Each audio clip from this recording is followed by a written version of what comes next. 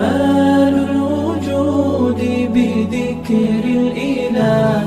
وتصفو الحياة بنور هدى. بسم اللہ الرحمن الرحیم۔ شب برات کے حوالے سے قبرستان کی بھی بہت سی بدعات اور رسومات ایجاد ہو گئی ہیں، اور بہت سے ایسے کام شروع ہو گئے ہیں جو کہ شریعت سے ثابت نہیں، بلکہ شریعت نے ان سے منع کیے ہیں۔ اور بعض کام وہ ہیں کہ اگرچہ ایک درجے میں وہ شریعت سے ثابت ہیں، مگر ان کو لوگوں نے اس حد سے بڑھا دیا ہے کہ اس میں مختلف خرابیاں پیدا ہو گئیں۔ جس طرح کہ بعض لوگ شب برات میں قبرستان جاتے ہیں، اور اگر کوئی نہ جائے تو شب برات کی فضیلت سے جو محروم سمجھا جاتا ہے، اور کچھ کرے یا نہ کرے لیکن وہ قبرستان جانے کا اہتمام کرتے ہیں، حالانکہ اس رات میں قبرستان جانا ضروری نہیں، زیادہ سے زیادہ بعض حضرات نے جائز یا مستحب قرار دیا ہے، مگر ان حضرات نے بھی اس رات میں قبرستان جانے کی کوئی ضروری اس کو قرار نہیں دیا، اور یہ نہیں فرمایا کہ قبرستان جائے بغیر اس رات کی فضیلت حاصل نہیں ہوتی۔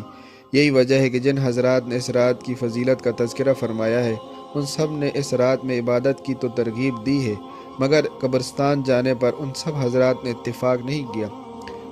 تو اس رات کی فضیلت اپنے اپنے مقام پر رہتے ہوئے شرعی طریقے پر عبادت سے حاصل ہو جاتی ہے، لہذا جو شخص اس رات میں اپنی حیثیت کے مطابق عبادت کر لے وہ اس رات کی فضیلت سے محروم نہ ہوگا، خواہ قبرستان نہ بھی گیا ہو۔ لیکن جس شخص نے عبادت نہیں کی، وہ صرف قبرستان چلا گیا، وہ صرف قبرستان جانے کی بنیاد پر اس رات کے فضائل کا مستحق نہ کہلائے گا۔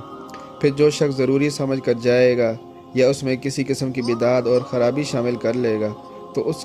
رات فضیلت حاصل کرنا تو درکنار، الٹا وہ گناہ کا مستحق ہوگا۔ اور بعض لوگ اس رات میں قبرستان اجتماعی طور پر جاتے ہیں اور راستے میں ادھر ادھر کی فضول باتیں وہ کرتے رہتے ہیں، جبکہ شریعت سے یہ ثابت نہیں کہ اس رات میں اجتماعی انداز میں قبرستان جایا جائے، لہذا اجتماعی انداز میں قبرستان جانا شریعت پر زیادتی ہے جو کہ گناہ ہے، اور اس طرح فضول باتوں میں مبتلا ہو کر قبرستان جانے سے بہتر ہے کہ بندہ اپنے مقام پر رہتے ہوئے ہی عبادت کر لے، وہ اس کے لیے زیادہ فائدہ مند ہے۔ بعض لوگ رات میں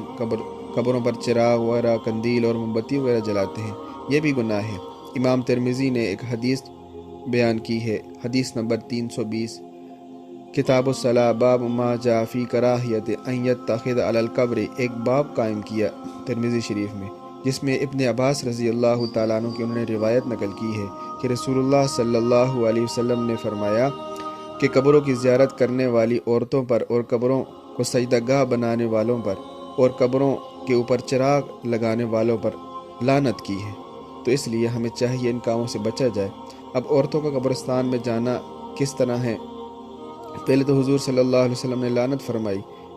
قبرستان جانے والی عورتوں پر، لیکن بعد میں حضور صلی اللہ علیہ وسلم نے فرمایا کہ میں نے تمہیں قبروں میں جانے سے منع کیا تھا، اب تمہیں اجازت دیتا ہوں تاکہ تم اس سے نصیحت حاصل کرو، لیکن اس میں بھی واضح طور پہ عورتوں کو نہیں حکم فرمایا۔ اس لیے بعض حضرات کے نزدیک تو عورتوں کا جانا وہ ٹھیک نہیں ہے قبروں میں، لیکن بعض اکابرین ہیں، حضرات ہیں، انہوں نے